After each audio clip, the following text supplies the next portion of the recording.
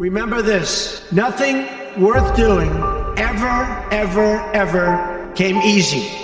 Following your convictions means you must be willing to face criticism from those who lack the same courage to do what is right, and they know what is right, but they don't have the courage or the guts or the stamina to take it and to do it. It's called the road less traveled. I know that each of you will be a warrior for the truth, will be a warrior for our country and for your family.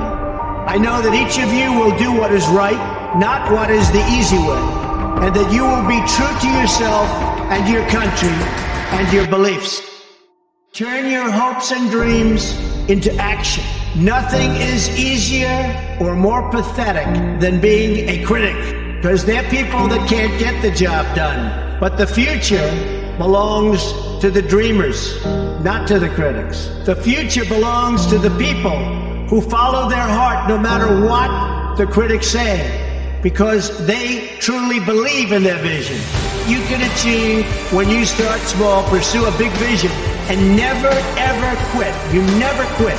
If I give you one message to hold in your hearts today, it's this: never ever give up.